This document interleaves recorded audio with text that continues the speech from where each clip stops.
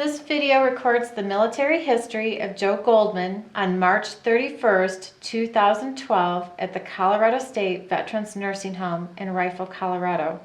Joe was born August 6, 1922 and served in the Air Force during World War II. My name is Lisa Reed Scott and I'm a student at Colorado Mountain College in Rifle, Colorado, working on my community celebration presentation for the Veterans History Project at the Library of Congress. Joe, I want to thank you for joining me today to share your memories of your military service. We're going to start with where you were born. A town called Passaic, New Jersey. And what were you doing before you entered the service?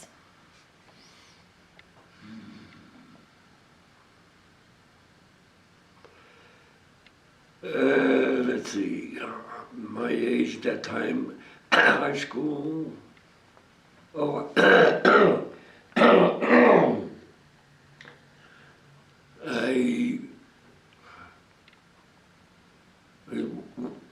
had a part-time job with a company doing assembly work.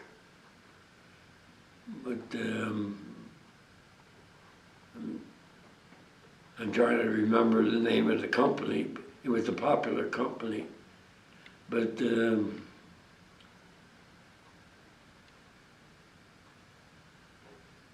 it was a boring type of job as far as I'm concerned. But I did it for a while, and then decided that I'd be better off if I joined the Air Force and did what I felt was the Nazis. Basically, there's my reason for getting into the military. And let's put it this way, I had no choice. If I didn't join, they would have drafted me anyway. But this way, I had a choice in direction of what I wanted to do and things like that. And I just happened to be a lucky guy. Tell me about riding the roller coasters. You were interested in flying. A roller coaster in Coney Island is a very popular. The roller coaster is popular no matter what amusement park you're at, but this is nice and all that. You're looking at the ocean as you go. And as far as I was concerned, if I wanted to join the Air Force and fly a fighter plane,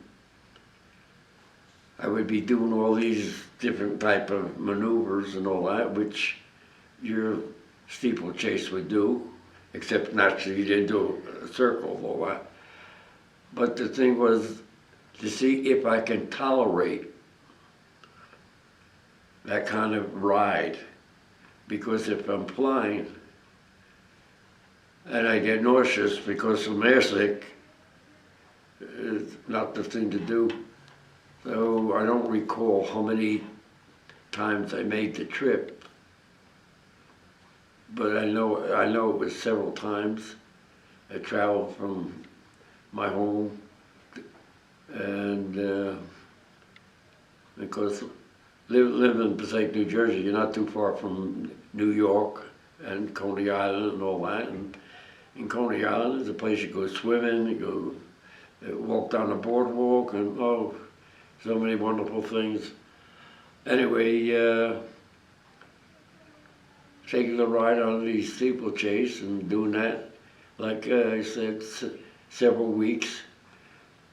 I finally came to the conclusion that if I didn't get airsick doing it, I could fly. And therefore, I went and joined the Air Force.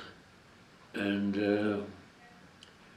well, in reality, when you join the military, you're joining the Army, but later on you transfer to area you're interested in.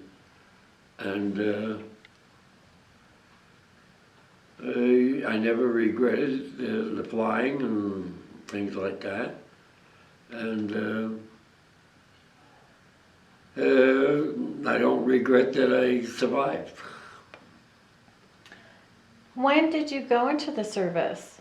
What was that? When did you go into the service? Oh, right now it's a little difficult for me to, I think, I'm either 17, 18, or 19. It's one of those years. It would be on the paperwork. It was just one of those. Um, that's how I found out that what you call it, that I wasn't born on August 3rd. I was born on August 6th because you had to have a copy, and naturally the birth certificate showed, and the explanation that I got from relatives, and was that in those days it wasn't a question you were registered the day you were born. You were registered when they got to the city hall, and 3 days difference and all that. So, as far as I'm concerned, August 6th is my birthday, and I'm still around. What kind of training did you do when you first entered the service? Where did they send you and what kind of training? Well, my first place would be Fort Dix, New Jersey. That would be in the Trenton area. And just like any other military person, you learn marching and step and things like that and all that. And then as time goes on, they how should I say, maneuver you to the things that they feel you were more qualified for. And one of the things that they knew is that I wanted to be in an airplane and fly a fighter plane. And I got maneuvered to get familiar with the things about an airplane, things like that. And then I'm trying to remember. Well, right now I don't remember which base I was at when it was designated. But the end result was, my desire was I wanted to be a fighter pilot. And when they were forming crews at that time, this is when the B-17 was just coming in, becoming a fighter plane, new addition. And I wasn't interested in flying a bomber, but I was told that they had need of people for the bomber. And because of my size and all that, I fit two positions. And one was the ball turret, flying underneath the plane, and the other was the tail. And as far as I was concerned, being a pilot wasn't anything for me, because I wanted to fight and shoot Germans, not the clouds. And so it ended up, they were forming the B-17 squadrons and all that, and what position would I like? And it was a little difficult and all that, and as far as the ball turret was concerned, it was a nice, exciting spot. but it didn't captivate me. It was like being in space. I wanted something, and the tail, the amount of space that you have, and you're sitting on a bicycle seat and your knees and all that, and your clothes in, and it's like sitting in the cockpit of a fighter plane. So my decision was I wanted to be a tail gunner, and I was just the right size. So I became a tail gunner and all that, and when I was flying, I just made believe that I was flying a fighter plane. The only thing is I was going backwards. Can you tell me where you served overseas? Well, my military airport was Foggia, Italy, and would do 50 missions from there. When I went overseas, well, training in the United States, there were several military bases, Texas and all that. The main place was Tampa, Florida. That's where my crew was formed, and also that's where I married my wife. And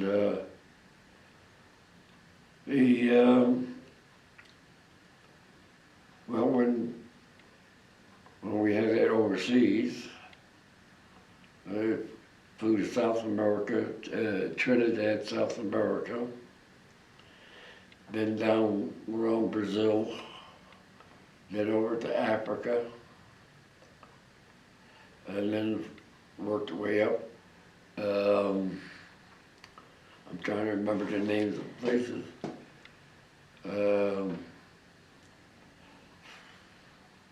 The route that we were taking was because they were still fighting in Africa and all that. And I got up there, let's see, I'm trying to remember her name. But anyway, we sort of took off from Africa, the northern part. I don't remember I'd have to look at a map or something. When the, what do you call it, the casino was being attacked, and we were heading for Foggia, Italy at the time, but the casino was being attacked, and they wanted us to get in on that, but our commanding officer said it couldn't happen. We were expected to be in Foggia because not everybody in the squadron flew. Your mechanics and all that, they came over by boat, and so we had to be at a certain place around a certain time so that we could form and get going, as you would say. The one thing that I remember is that when we were flying from Africa over towards Foggia, Glenn Miller, the orchestra leader in Oman, who was my ideal that I wanted to copy when I would be, because I was studying trombone. That's when he got shot down. He wasn't a pilot, but enemy planes got him on his way, and I never forgot that. And anyway, we went to Foggia, Italy, and that was our military base, and the military base for various squadrons, different type of airplanes and all that. And it became home.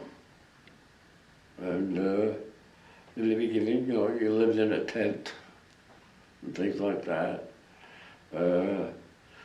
Occasionally you got some time off and you went into town, sightseeing and all that.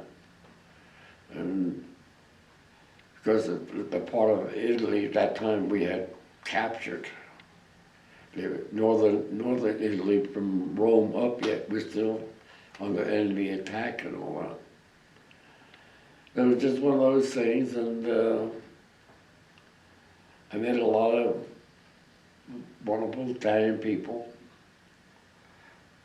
I was invited with a bunch of guys to come down and have an Italian meal, and I enjoyed it. And if you sit and think about a lot of things, a lot of memories that come back and all that. But Poacher, well, just like any other town. And one thing I enjoyed is when I'd be on the airfield and airplanes would be coming back from their mission.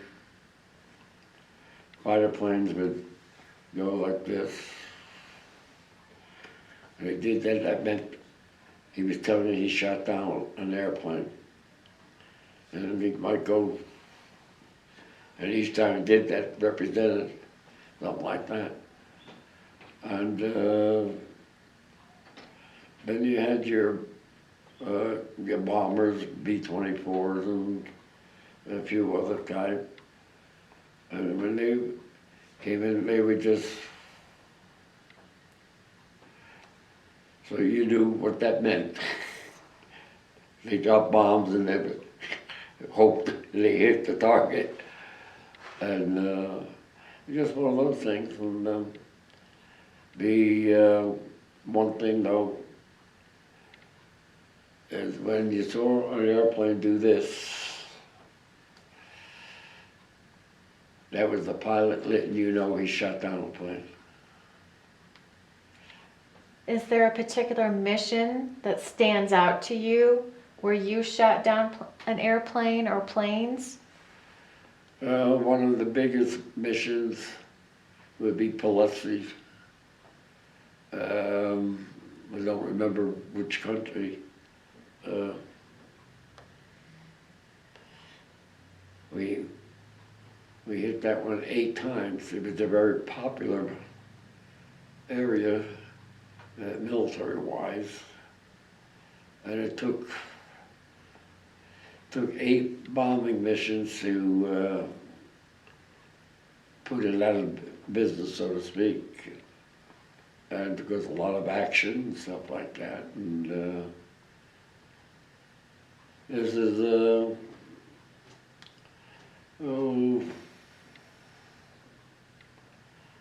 this is where I got credit for the 3 airplanes I got. But I look at it this way, better I shot them down than they shoot me down. How did you feel as a tail gunner while that was occurring? How did you feel? I actually felt like I was a pilot flying an airplane backwards, because the amount of space and the things, the different things that I had to be in control of and all that. Of course, I had nothing to do with the flying, but the amount of space you have there and the window space, you look out and you can see the tail part. So it gave you the impression that you were sitting in the cockpit of a fighter plane. The only difference was you're going backwards instead of forward. And because the amount of space is very small as far as the structure is concerned. You're sitting on a bicycle seat and your knees. And all you got in front is your oxygen tank and your 2 machine guns and all that. And yeah, as far as I was concerned, I was comfortable. I mean, you didn't have much space to move around. You had to be able to be comfortable to do what you had to do. And when you got into the airplane, If you got in at the tail section, yeah, and then naturally you would have to crawl because of the amount of space. And if you were going to bail out, you back up. I'm trying to figure. The amount of space you had to back up would be just a little larger than the width of the table. And to get out, you hit the door with your shoulder. And you just, you go out, do a tumble saw, so to speak. And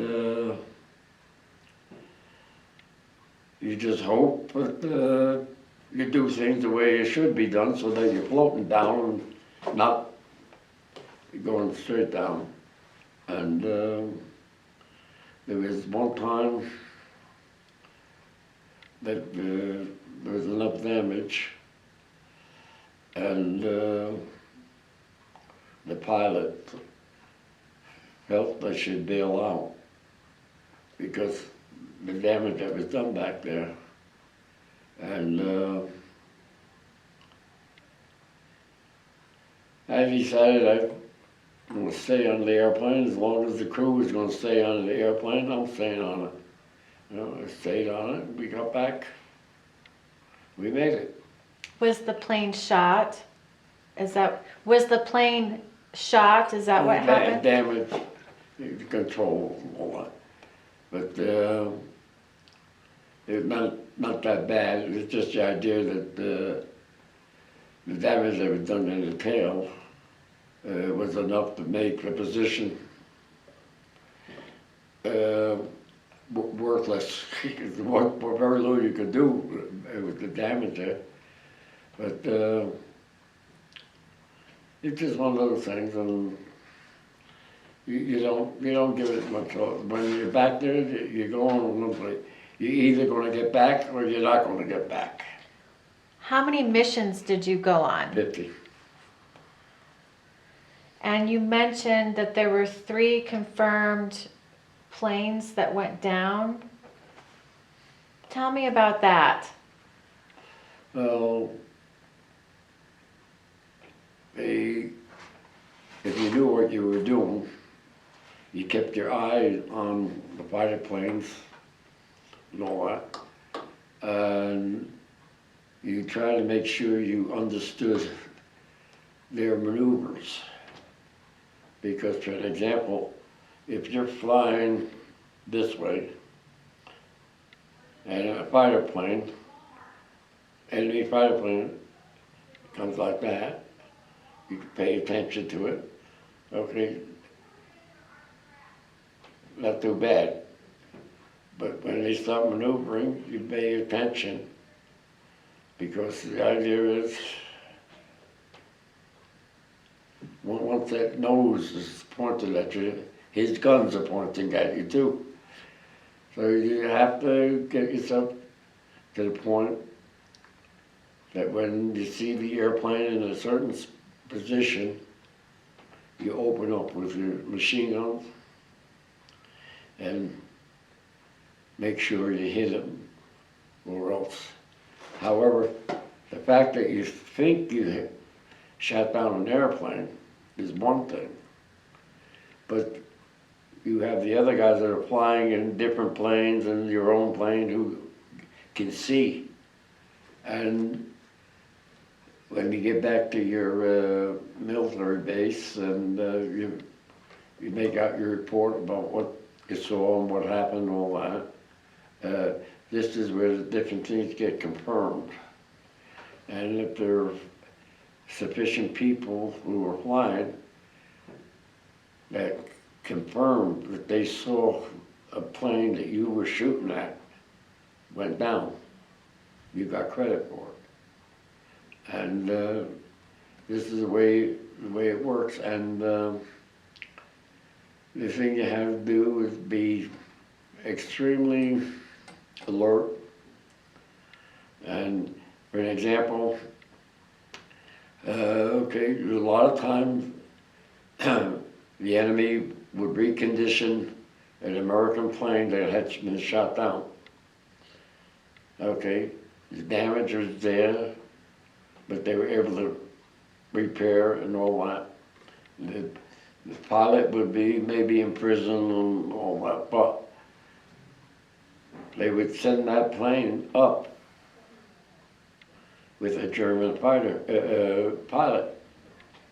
Let him get into the squadron position, so you think. So, if you were alert, you paid attention to any airplane that was flying close to you, or what position, what it was doing. And there was one, and I'll never forget it. It was an American plane, came up, was flying, well, here's me. Okay, it's an American plane, no problem. The only difference was I kept my eye on it, and then I noticed a little maneuvering. I had to pay attention, and when it got up to a certain point, which told me he was going to make a turn, a complete turn.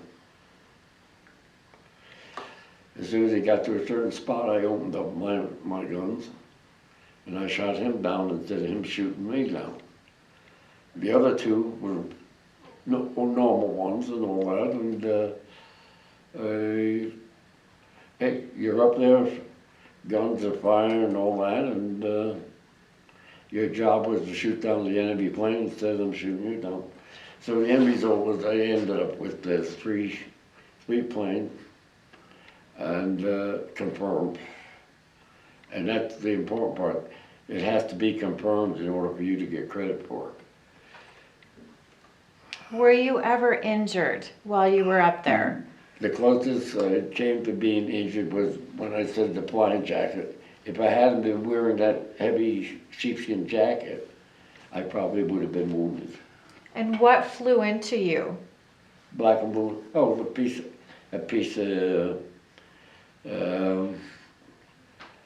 Well, when they shoot these various guns and all that,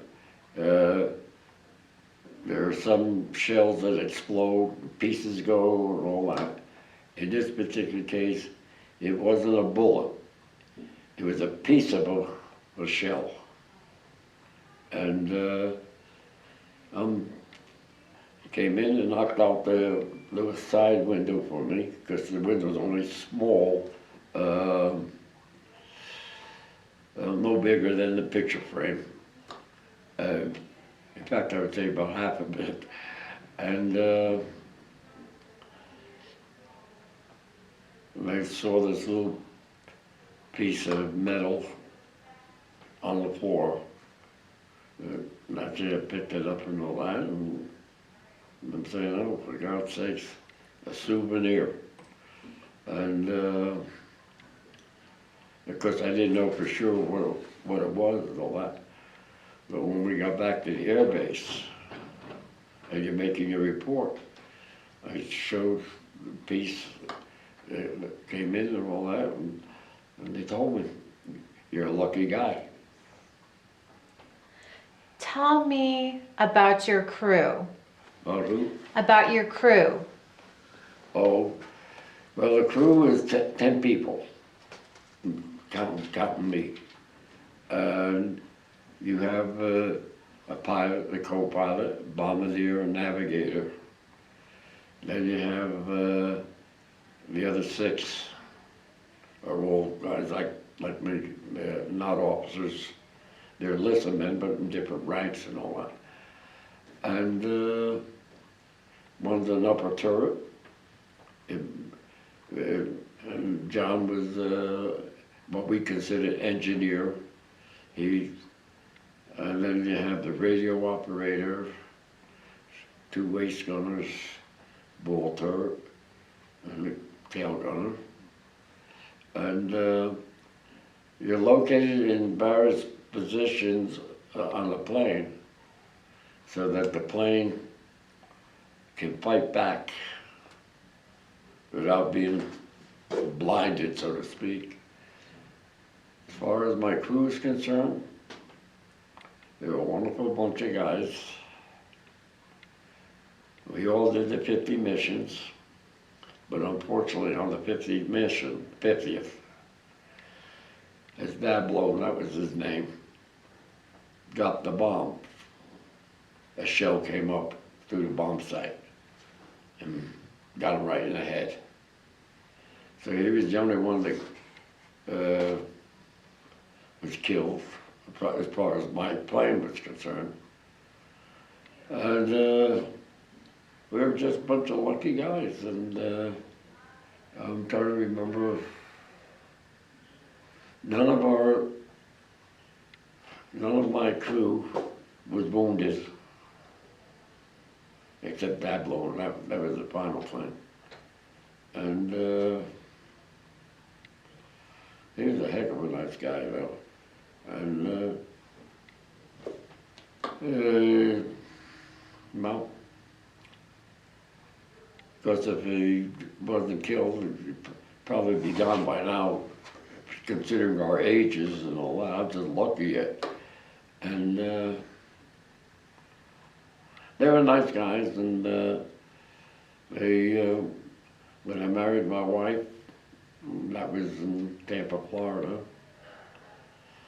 and it was just something, and of course being Jewish, I couldn't get a Jewish crew. I had my crew, so they all participated in my wedding and all that. And we had a wonderful wedding, Pillsbury wedding and all that. And some memories are nice, some a little different and all that. You make a lot of friends. It's not just the guys that you fly with, it's other people and all that. And you're there for a reason. And you do what you can to accomplish that reason. And you did what you can to keep your buddy alive too. And of course, every time you went on a mission, you didn't know what the results were going to be, naturally. But you gave it thought, make sure you were awake, and paid attention to what had to be paid attention to. Otherwise, you might not make it back. And because the one thing that, well, I wouldn't say easy or hard, but one thing you can't help but remember is when you're flying a formation over enemy territory, and the guns are blazing and all that, and because the positions that the planes are in and all that, the one thing that stood in my mind was in my position, I'm looking, and because the plane that's behind me naturally is at a lower or a higher elevation, so that when you shoot guns, you're not shooting him. And I remember watching, and all of a sudden, a big burst of flame, and the airplane exploded.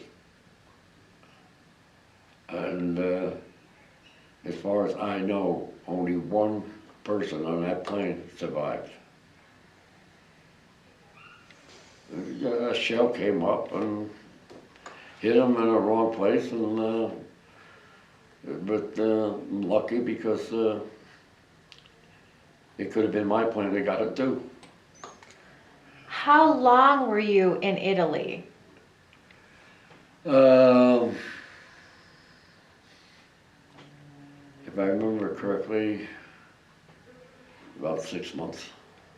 And then you returned home and continued your service? See what happens, see when you're flying, you fly a certain amount of missions, then they give you a break, you relax for a few days,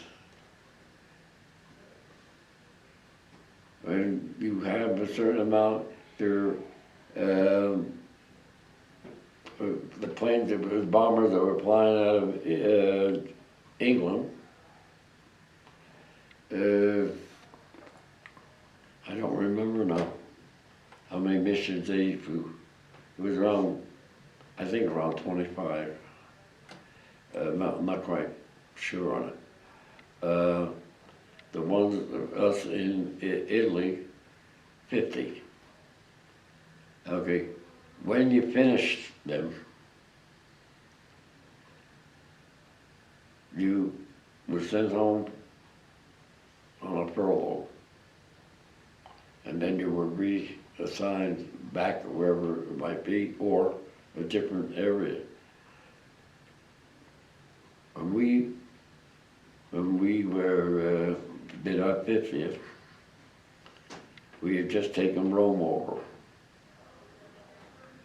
And we were sent home, reassigned, ended up here in Denver, Lowry Airfield. And we were scheduled to fly to the Pacific, get involved with the Japanese and all that. But we were lucky. The atom bomb and all that, and things changed. And so instead of my going, we reached a point where there was nothing for me to fly anymore.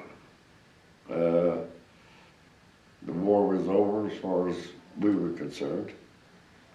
I ended up getting involved with military police. And I did some flying there at different places I went to and all that. And when I became a civilian again, I got involved with law enforcement. A few things, one led into another. And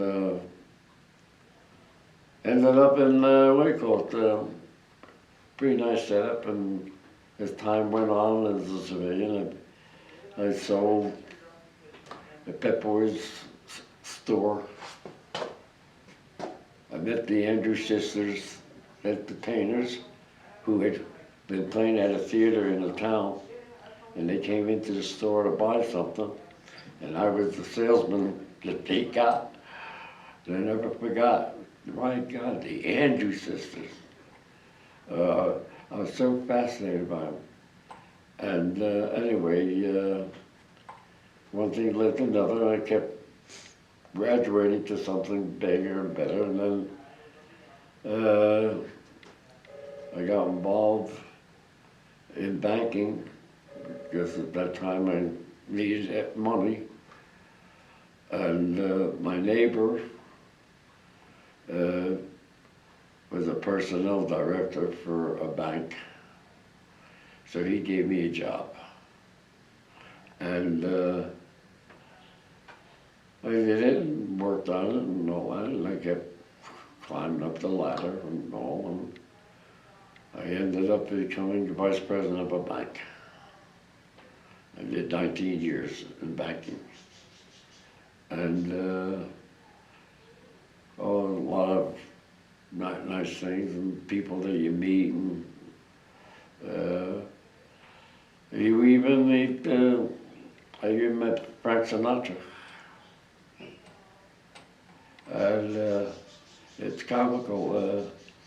In Hoboken, New Jersey, I was visiting this branch bank on business, and I'm going in the door, and some fellow's coming out the door, and I'm saying, he looked familiar.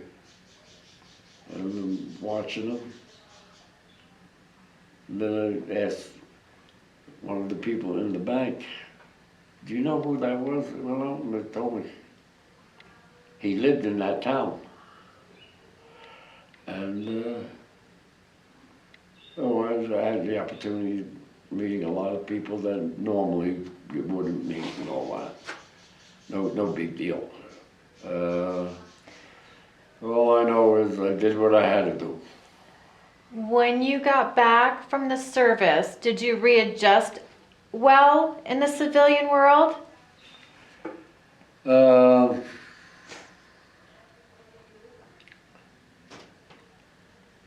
well, it took a little while, but I would say yeah. Did you stay in contact with any of your crew members? Oh yeah. And it was nice to know that they were alive like I was and all that. And the only thing is, they didn't live where I live in different states and all that. But because right now I'm the only one that's still alive of my crew.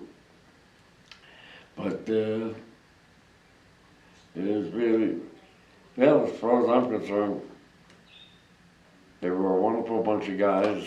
We worked well together. And we paid attention to what had to be paid attention to. And we did things that, like as if you were a family member. And one last thing. When I spoke with you, you had very strong feelings about why you entered the service and how you felt about the Nazis. Can you describe that for me? Well, being Jewish, naturally, with what was going on, Hitler and his gang, and if you were a Jew, you were dead. And as far as I'm concerned, my feelings were, I had to do something. Being a Jew, I couldn't tolerate what was going on. And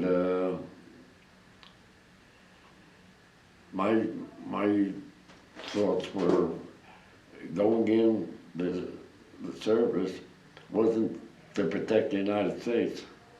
It was to go in and kill the Germans just like they were killing the Jewish people. And but it's just one of these things, and it was a good education because all the different soldiers and guys that I met and all the different nationalities and things, and oh, there's so many different setups and all that, and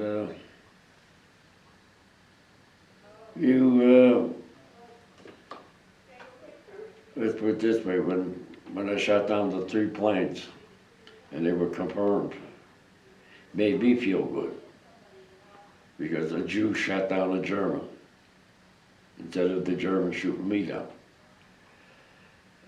Right now, I'm an old man.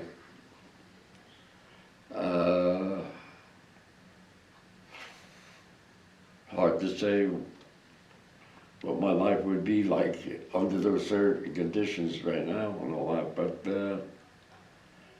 oh, I've made a lot of friends who were German and all that after a while. I'll never forget in Parachute, Colorado, the visitor center. And I used to volunteer on a Sunday. People coming into the visitor center and all that and all. And I can never forget this. This particular Sunday, a group of people came in and all that, and they were from Germany. And of course, naturally, my reaction was a little, and I was as polite as can be, but I guess my feelings were easy to recognize. And this fellow that was with him, he came over to me and he says, "Don't worry, we're one of the good guys. And that made me realize what was happening. That I was beginning to hate. And boom, and since then, I've made a lot of German friends. And of course, I don't know if I ever flew against any of them or anything like that, because we don't talk about that stuff. We're a different type of a life now. But I never forget that, and I'm very thankful that he realized what was happening and come over. We're one of the good guys. And of course, it's true. Not all Germans hated Jews. Just a certain group and all that. But oh, let's put it this way: I've had an interesting life. And I had some nice dreams and all that, and makes me wonder sometimes if I was able to follow through in some of them, if I would have accomplished what I would like to have accomplished. It's like when I was hoping to be another Glenn Miller with the trombone, form my own orchestra and all that. You know? Just one of those things, and of course, fighting and flying and all that, there's no place to practice the trombone and stuff like that.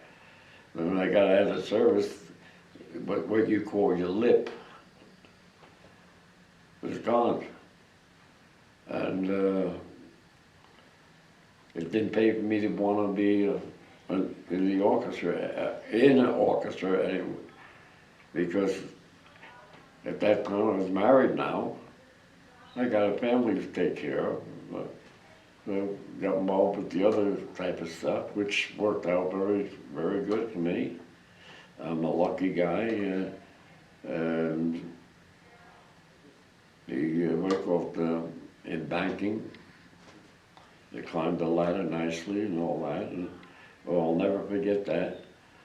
I remember I was holding two jobs. One was in the bank, and the other was, oh, I don't remember the name, it was a manufacturing company, but I was working in the accounting in the office. And I had reached a point where I had so little time, I was going to resign. So I figured I'll get rid of the job at the bank and stay at the other one. Well, I went to speak to one of the vice presidents and made an appointment to talk with him. Went in, and before I had a chance to talk to him, he says, oh, wait, let me say what I gotta say first. And I figured, oh gee, I got a problem. I'm getting fired. And he says, we understand your interest right now lies between us and this other company. We'd like to have you stay with us. And offered me a promotion. And I said, oh gee. Didn't know what to do. He says, well, this is Wednesday, Joe. You gotta let me know by 5 o'clock Friday. Otherwise, I gave it considerable thought and all that, and I accepted. And I ended up several months later as manager of the credit card department, master charge. I had a beautiful office and about 12 people working under my supervision and all that.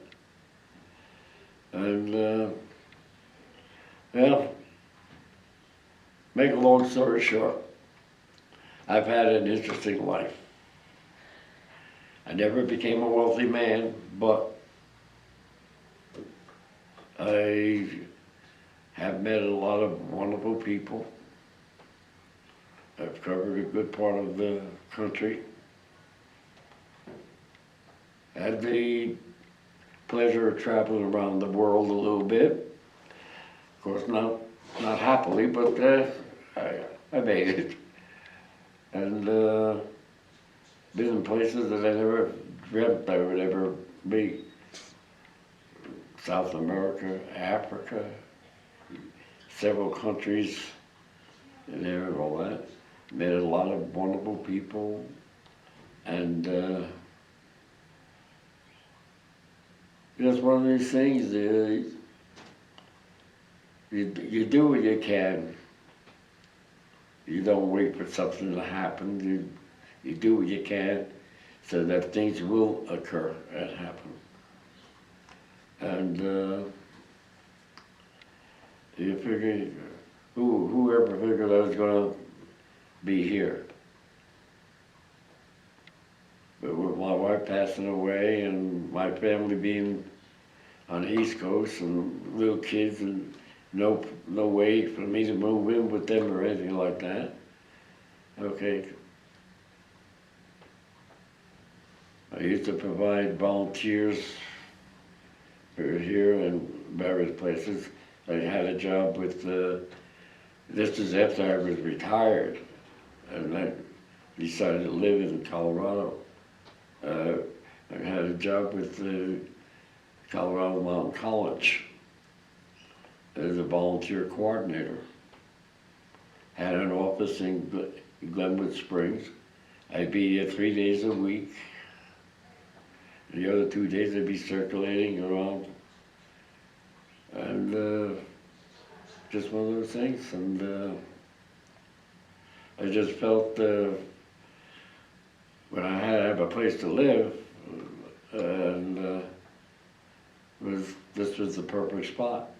I did things for them, and I'll let them take care of me. And one final note, Joe.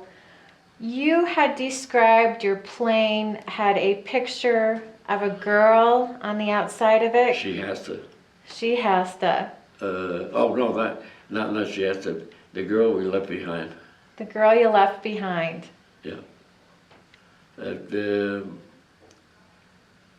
it all boils down to when the crew was formed, and we had our own airplane assigned to us. Naturally, you wanted insignias and all that. Okay, so it was decided we were all males, we were all single, we all had girlfriends. Okay, we're flying, we're going overseas, the girl we left behind.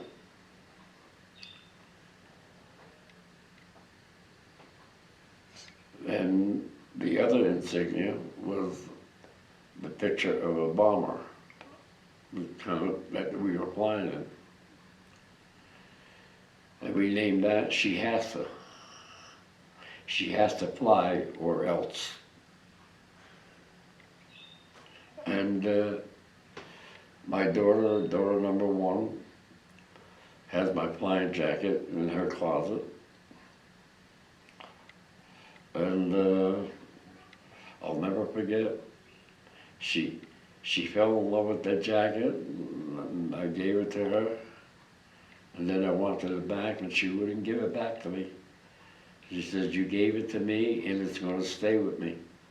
And she still has it.